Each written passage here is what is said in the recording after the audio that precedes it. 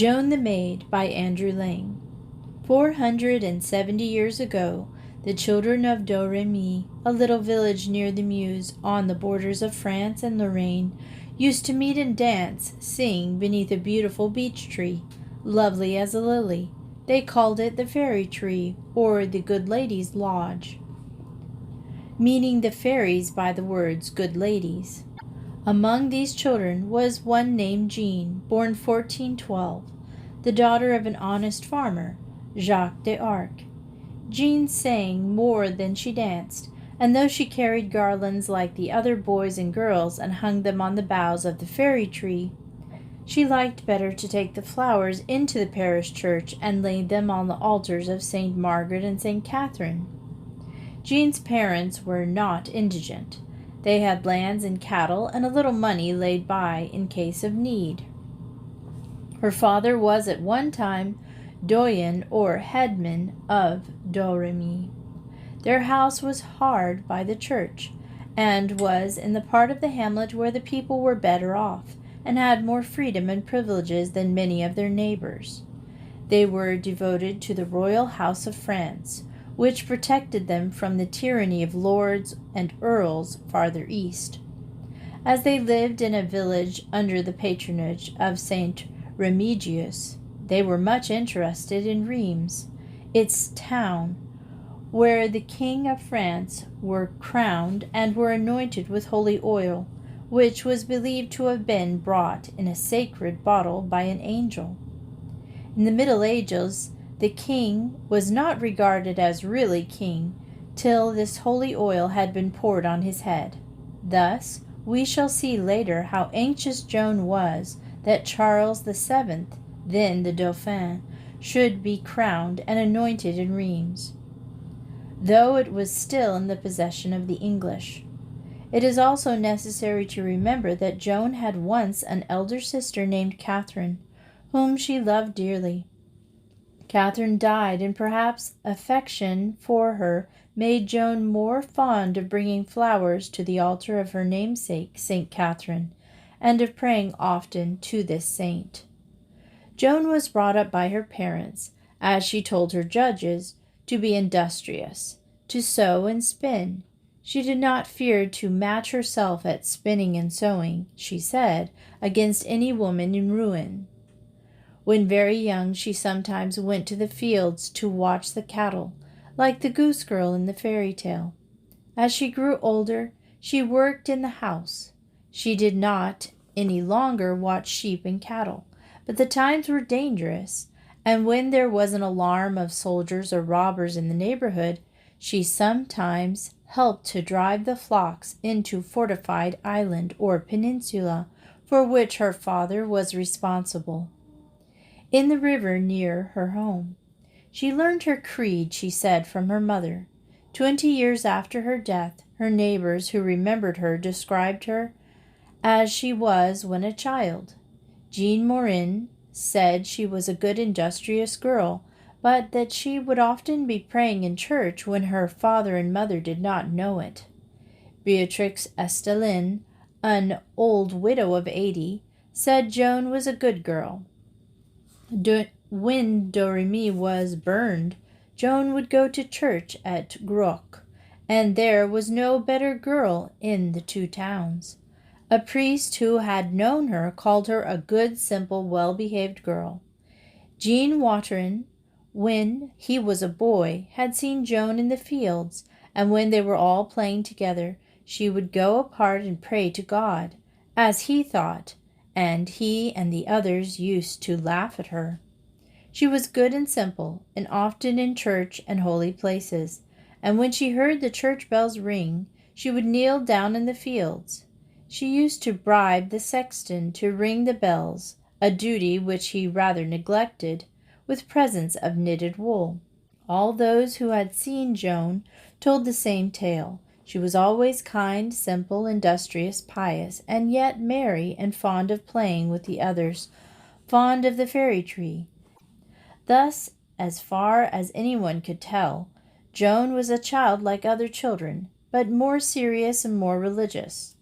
One of her friends, a girl called Minette, whose cottage was next to that of Joan's father, said, "Joan was so pious that we other children told her she was too good." In peaceful times, Joan would have lived and married and died and been forgotten.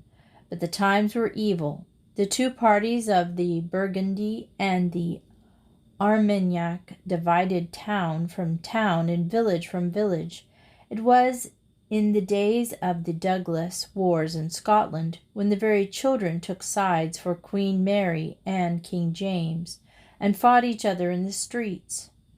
Doremi was for the Armagnacs, that is, against the English, and for the Dauphin, the son of the mad Charles VI.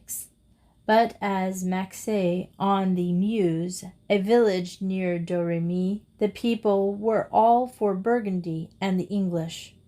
The boys of Doremi would go out and fight the Maxey boys with fists and sticks and stones.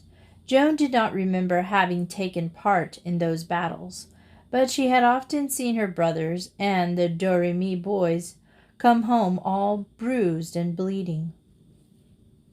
Once Joan saw more of war than these schoolboys' bickers. It was in 1424, when she was a girl of 13.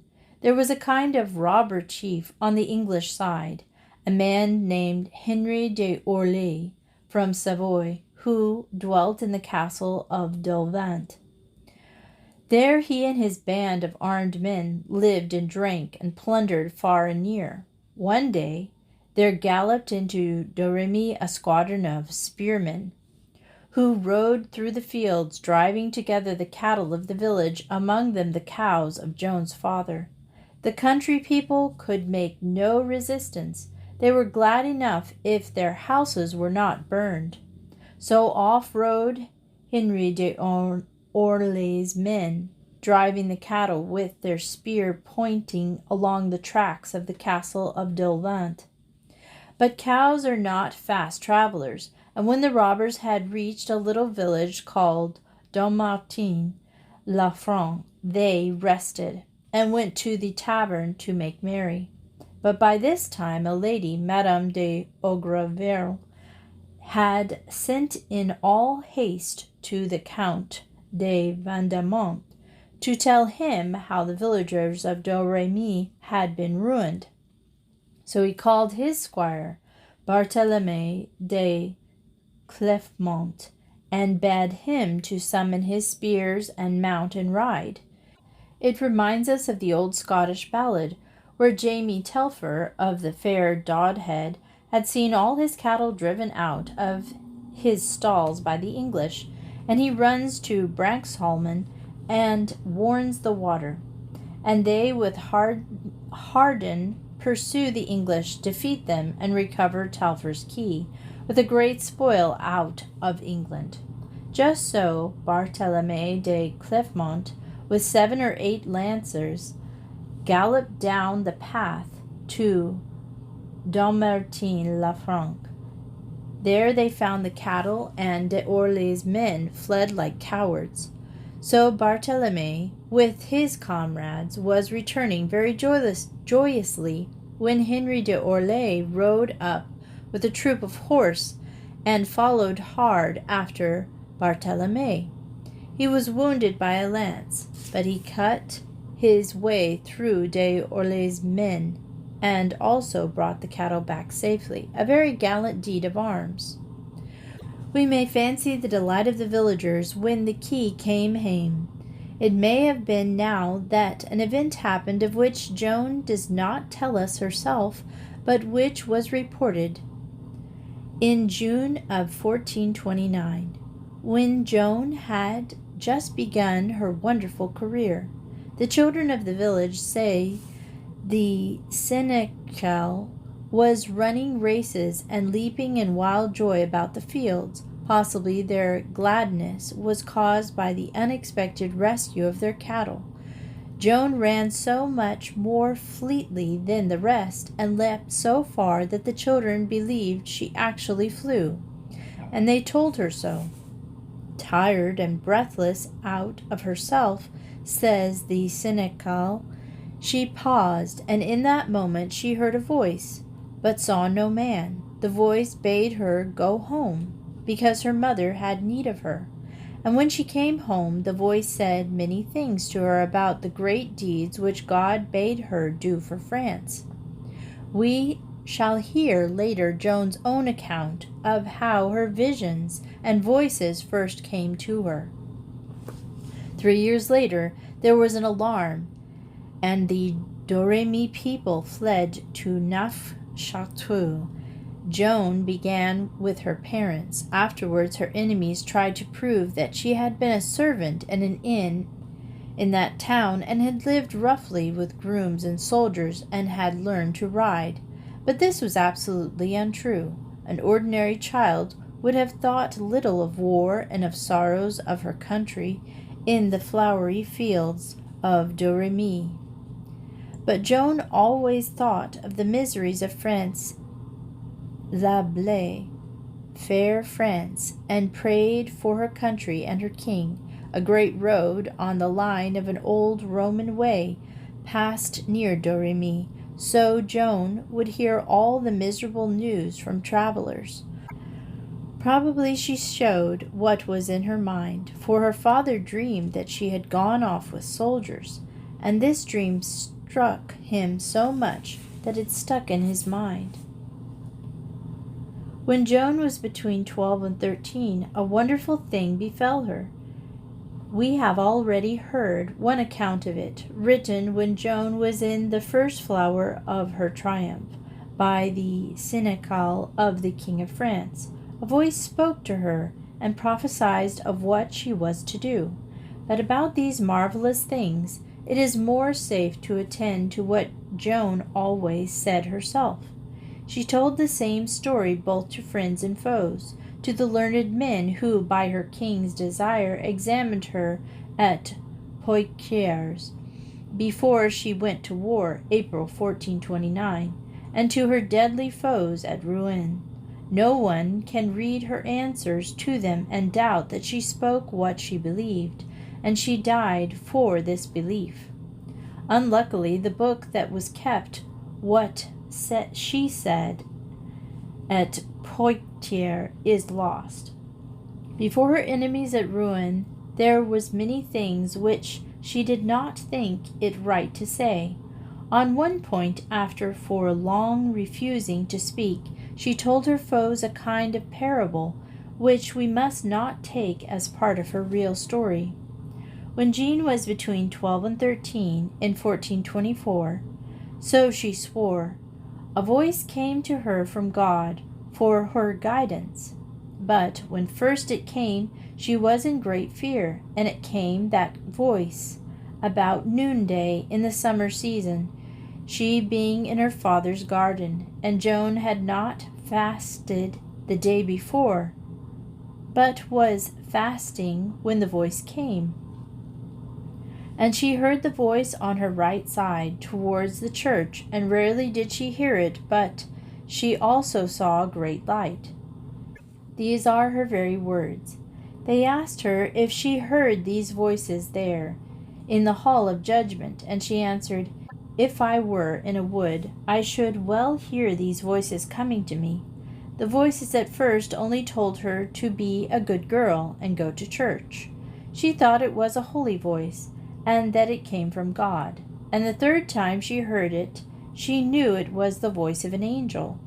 The voice told her of great pity there was in France, and one day she must go into France and help the country. She had visions with the voices, visions first of St. Michael, and then of St. Catherine and St. Margaret. She hated telling her hypocritical judges anything about these heavenly voices, but it seems that she really believed in their appearance, believed that she had embraced the knees of St. Margaret and St. Catherine, and she did reverence to them when they came to her. I saw them with my bodily eyes, as I see you, she told her judges, and when they departed from me I wept. I well wished that they had taken me with them. It was in 1424 that the voices first came to Joan the Maid. The years went on, bringing more and more sorrow to France. In 1428, only a very few small towns in the east still held out for the Dauphin, and these were surrounded on every side by enemies. Meanwhile, the voices came more frequently, urging Joan to go to France and help her country. She asked how she, a girl who could not ride or use swords and lance, could be of any help. Rather would she stay at home and spin beside her dear mother. At the same time, she was encouraged by one of the vague old prophecies, which were as common in France as in Scotland. A legend ran that France was to be saved by a maiden from the oak wood. And there was an oak wood, La Bois Chenu, near Domremy. Some such prophecy had an influence on Joan and probably helped people to believe in her. The voices, moreover, instantly and often commanded her to go to Vaucouleurs, a neighboring town which was loyal, and there meet Robert de Baudricourt, who was a captain of the French garrison. Now Robert was not what is called a romantic person. Though little over 30, he had already married, one after the other, 2 rich widows. He was a gallant soldier, but a plain, practical man, very careful of his own interests and cunning enough to hold his own among his many enemies, English, Burgundian, and Lorrainer. It was to him that Joan must go, a country girl to a great noble, and tell him that she and she alone could save France. Joan knew what manner of man Robert was, for her father had been obliged to visit him and speak for the people of Domremy when they were oppressed. She could hardly hope that he would listen to her, and it was with a heavy heart that she found a good reason for leaving home to visit Vaucouleurs. Joan had a cousin, a niece of her mother's, who was married to one Durand Lassois at Buret in Vaux, a village near Vaucouleurs. This cousin invited Joan to visit her for a week. At the end of that time, she spoke to her cousin's husband. There was an old saying, as we saw, that France would be rescued by a maid, and she, as she told Louis, was that maid. Lassois listened, and whatever he may have thought of her chances, he led her to Robert de Baudricourt. Joan came on May 13th, 1428, in her simple red dress, and walked straight up to the captain among his men. She knew him, she said, by what her voices told her, but she may also have heard him described by her father. She told him that the Dauphin must keep quiet and risk no battle, for before the middle of Lent next year, 1429, God would send him succor.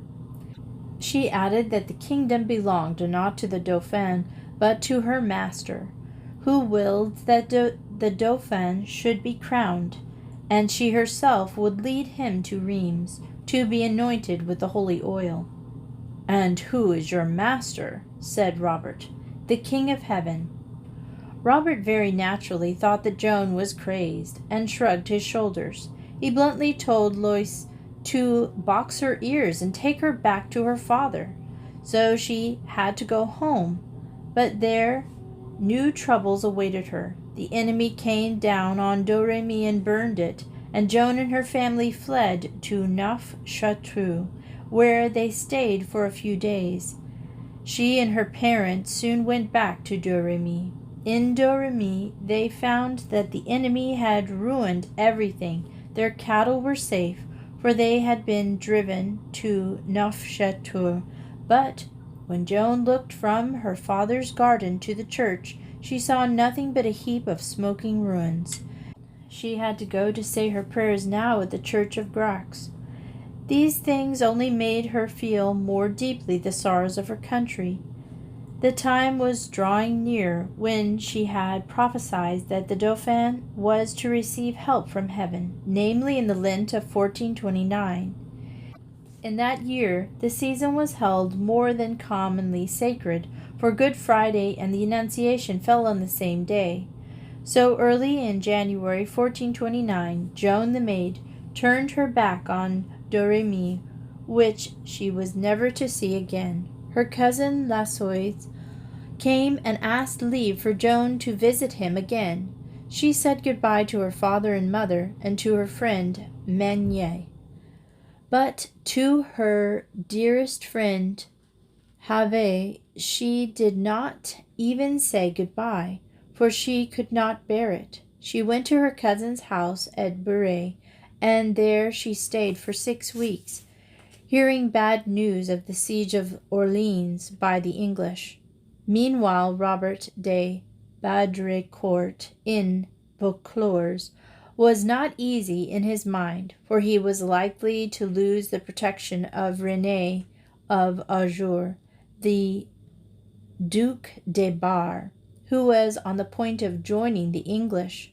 Thus Robert may have been more inclined to listen to Joan than when he bade her cousin box her ears and take her back to her father. Robert was now half disposed to send her to the king and let her take her chance. On February 23rd, 1429, the gate of the little castle of Vaucluse, the gate of France, which is still standing, was thrown open. 7 travelers rode out, among them 2 squires, Jean de Nouillampont and Bernard de Poligny, with their attendants, and Joan the Maid. "Go, and what will come of it come," said Robert. He did not expect much to come of it. It was a long journey. They were 11 days on the road, and a dangerous. But Joan laughed at danger. "God will clear my path to the king, for to this end I was born." Often they rode by night, stopping at monasteries when they could. Sometimes they slept out under the sky, though she was so young and so beautiful, with the happiness of her long desire in her eyes and the glory of her future shining on her. These 2 young gentlemen never dreamed of paying their court to her, for they regarded her as if she had been an angel.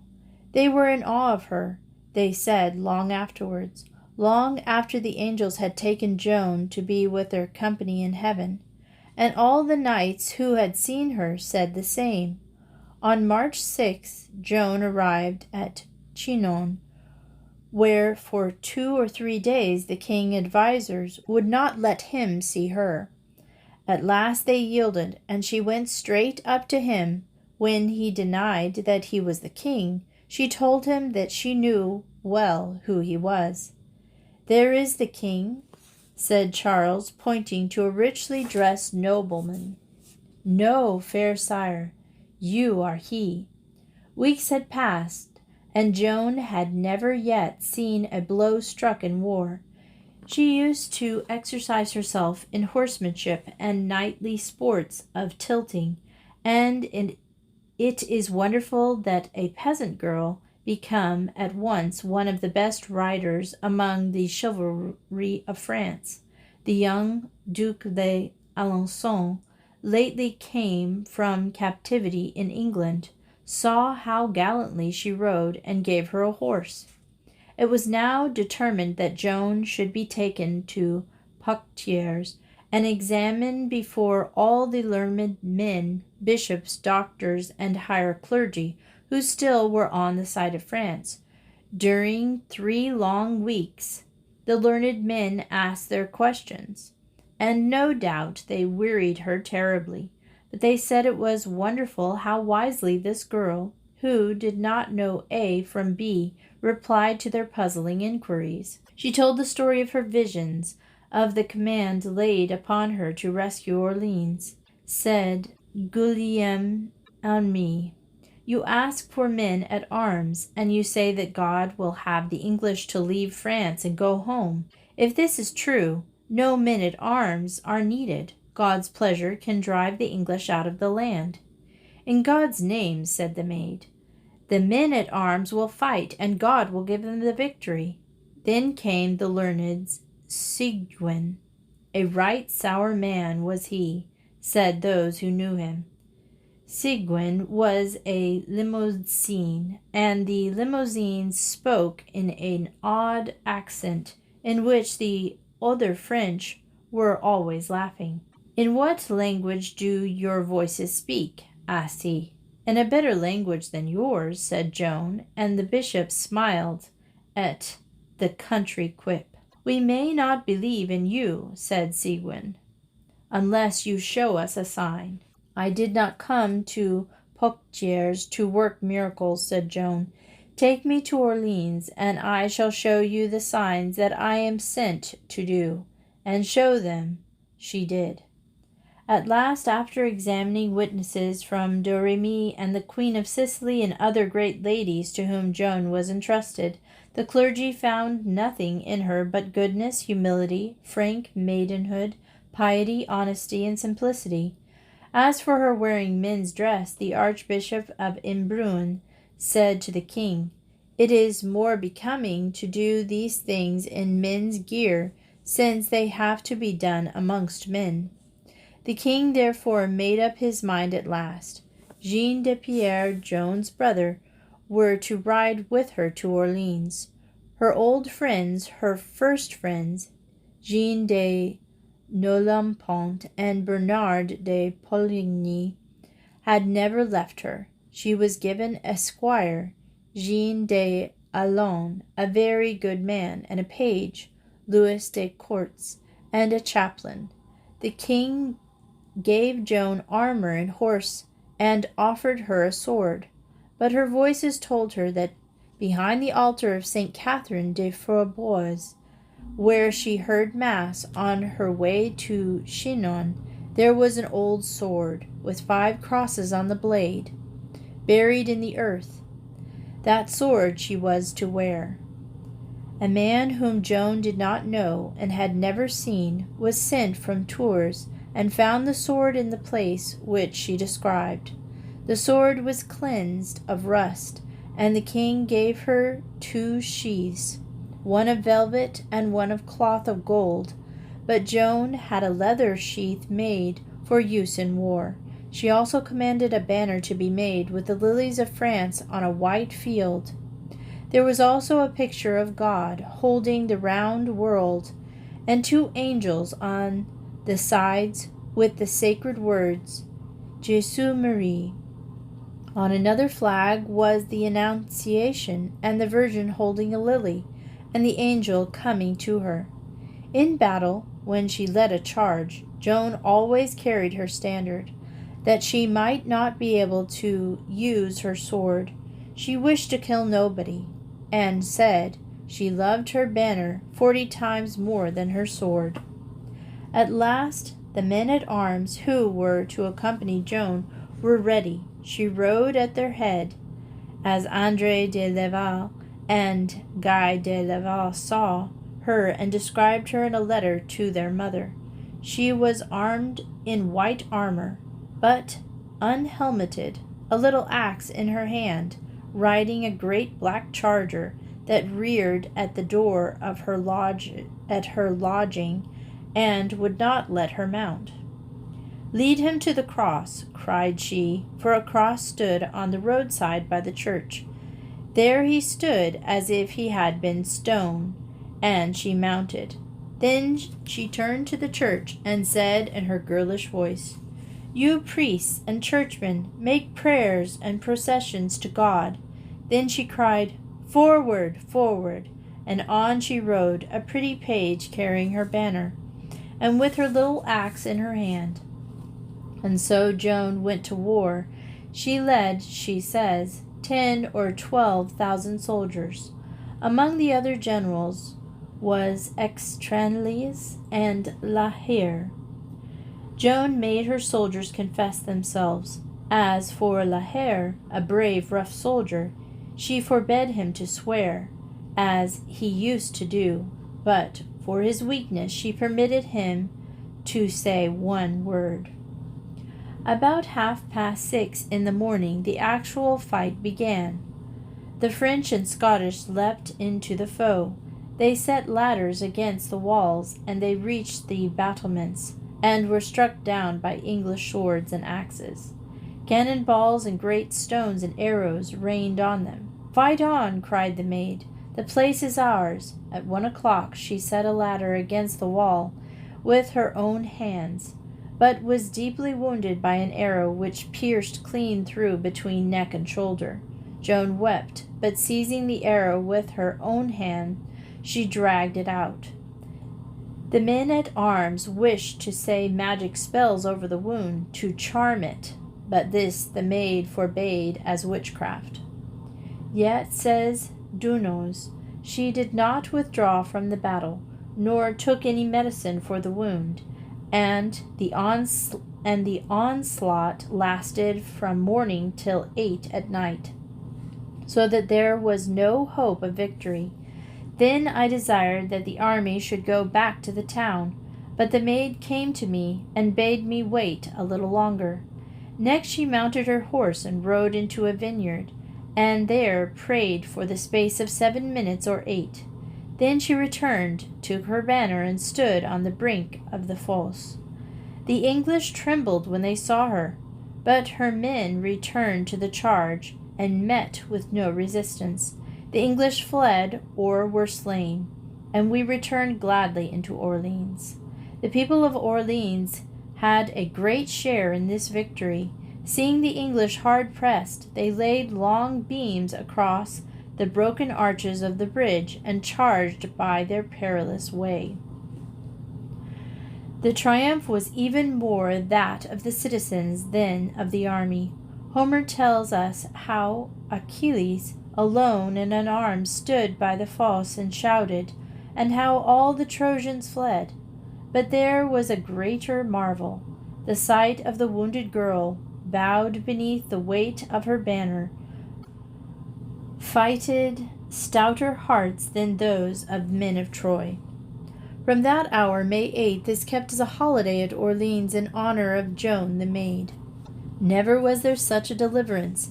In a week the Maid had driven a strong army, full of courage and well led, out of forts like Les Tourles. The Duc d'Alençon visited and said that, with a few men-at-arms, we would have felt certain of holding it for a week against any strength, however great. But Joan not only gave the French her spirit, her extraordinary courage in leading a new charge after so terrible a wound, 6 inches deep, says d'Alençon, made the English think that they were fighting a force not in this world, and that is exactly what they were doing. The Maid had shown her sign. As she promised, she had rescued Orleans. Her next desire was to lead Charles to Rheims, through a country occupied by the English, and to have him anointed there with the holy oil. Till this was done, she could only regard him as Dauphin, king indeed by blood, but not by consecration.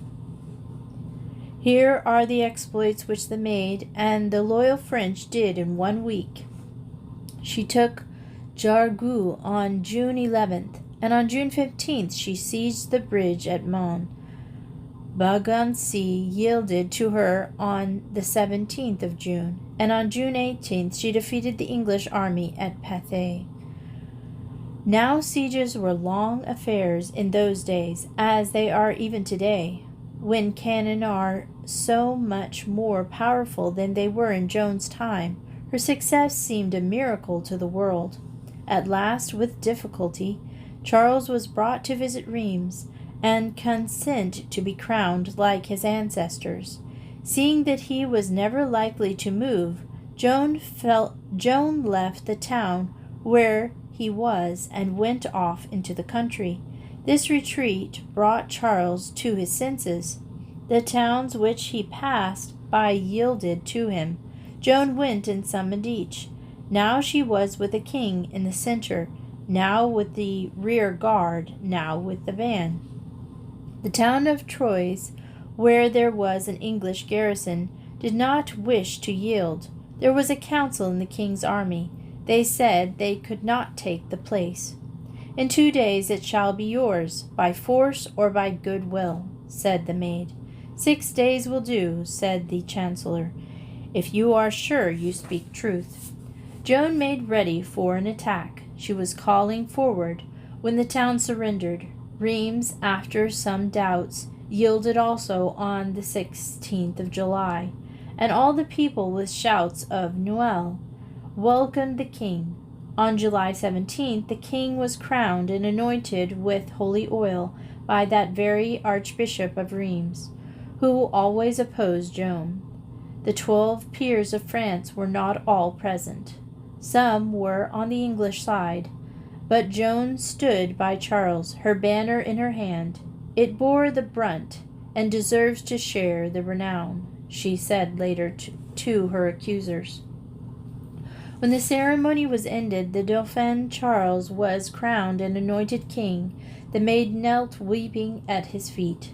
Gentle king, she said, now is accomplished the will of God, who desires that you should come to Reims to be consecrated, and to prove that you are the true king, and the kingdom is yours. Then all the knights wept for joy.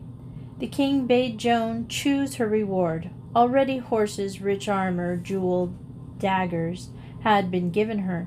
These, adding to the beauty and glory of her aspect, had made men follow her more gladly, and for that she valued them. She too made gifts to noble ladies and gave much to the poor. She only wanted money to wage war with, not for herself. Her family was made noble on their shield, between 2 lilies. A sword upholds the crown. Her father was at Reims, and saw her in her glory. What reward, then, was Joan to choose? She chose nothing for herself, but that her native village of Domremy should be free from taxes. This news her father carried home from the splendid scene of Reims. The name of Joan was now such terror to the English that men deserted rather than face her in arms. At this time the truce with Burgundy ended, and the Duke openly set out to besiege the strong town of Compiègne, held by de Flay for France. Joan hurried to Compiègne, whence she made 2 expeditions, which were defeated by treachery. Perhaps she thought of this, perhaps of the future, when in the church of Compiègne she declared one day to a crowd of children whom she loved that she knew she was sold and betrayed. Old men who had heard her told this tale long afterwards. Burgundy had invested Compiègne when Joan, with her 100 men, rode into the town secretly at dawn. That day Joan led a sally against the Burgundians. Her voices told her nothing, good or bad, she says. The Burgundians were encamped at Margny and at Cloroc, the English at Venay, villages on a plain near the walls. Joan crossed the bridge on a grey charger, in a short-coat of crimson silk, rode through the redoubt beyond the bridge, and attacked the Burgundians. Flavy in the town was to prevent the English from attacking her in the rear, but had boats on the river to secure Joan's retreat if necessary. Joan swept through Margny, driving the Burgundians before her. The garrison at Clorox made to their help. The battle was doubtful. Meanwhile the English came up. They could not have reached the Burgundians to aid them, but some of the maid's men, seeing the English standards, fled. The English followed them under the wall of Compiègne. The gate of the redoubt was closed to prevent the English from entering with the runaways. Like Hector under Troy, the maid was shut out from the town which she came to save. Joan was with her own foremost line when the rear fled. They told her of her danger. She heeded not. for the last time rang out in the girlish voice. Allez, avant, forward, they are ours. Her men seized her bridle and turned her horse's head about. The English held the entrance from the causeway. Joan and a few men, her brother was one of them, were driven into a corner of the outer wall. A rush was made at Joan. Yield, yield! Give your faith to me, each man cried. I have given my faith to another, she said, and I will keep my oath. Her enemies confessed that on this day Joan did great feats of arms, covered the rear of her force when they had fled to fly. Some French historians hold that the gates were closed by treason, that the Maid might be taken. We may hope that this was not so. The commander of Compiègne held this town successfully for king, and was rescued by Joan's friend, the brave Patron des Exentrails. The sad story that is still to tell shall be shortly told. There is no word nor deed of the Maid's, in captivity as in victory, that is not her immortal honor, but the sign of the wickedness of men, their cowardice, cruelty, greed, ingratitude, is not a thing to linger over. Joan was now kept in a high tower at Beaurevoir, and was allowed to walk on the leads. She knew she was sold to England. She had heard that the people of Compiègne were to be massacred. She would rather die than fall into the English hands, rather give her soul to God than her body to the English. But she hoped to escape and relieve Compiègne. She therefore prayed for counsel to her saints. Might she leap from the top of the tower? Would they not bear her up in their hands? St. Catherine begged her not to leap. God would help her and the poor people of Compiègne. Then for the first time, as far as we know, the Maid wilfully disobeyed her voices. She leapt from the tower. They found her not wounded, not a limb was broken, but stunned. She knew not what had happened. They told her she had leapt down. For 3 days she could not eat. Yet was she comforted by St. Catherine, who bade her confess and seek pardon of God, and told her that, without fail, they of Compiègne should be relieved before matin mass. This prophecy was fulfilled. About the trial and the death of the Maid, I have not the heart to write a long story. Some points are to be remembered. The person who conducted the trial, itself illegal, was her deadly enemy, the false Frenchman, the Bishop of Beauvais, Cauchon. Next, Joan was kept in strong irons day and night, and she, the most modest of maidens, was always guarded by 5 brutal English soldiers of lowest rank. Again, she was not allowed to receive Holy Communion, as she desired with tears. Thus weakened by long captivity and ill usage, she, an untaught girl, was questioned repeatedly for 3 months by the most cunning and learned doctors in law of Paris University. Often many spoke at once, to perplex her mind, but Joan always showed a wisdom which confounded them, and which at least as extraordinary as her skill in war.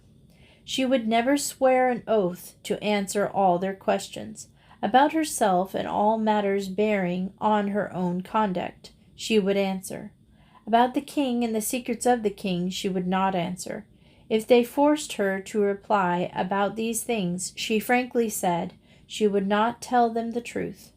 The whole object of the trial was to prove that she dealt with powers of evil, and that her king had been crowned and aided by the devil. Her examiners therefore attacked her day by day, in public and in her dungeon, with questions about these visions which she held sacred, and could only speak of these things a blush among her friends. All through her trial her voices bade her answer boldly. In 3 months she would give her last answer. In 3 months she would be free with great victory and come into the kingdom of paradise. In 3 months from the first day of her trial she went free through the gates of fire. Boldly she answered, and wisely.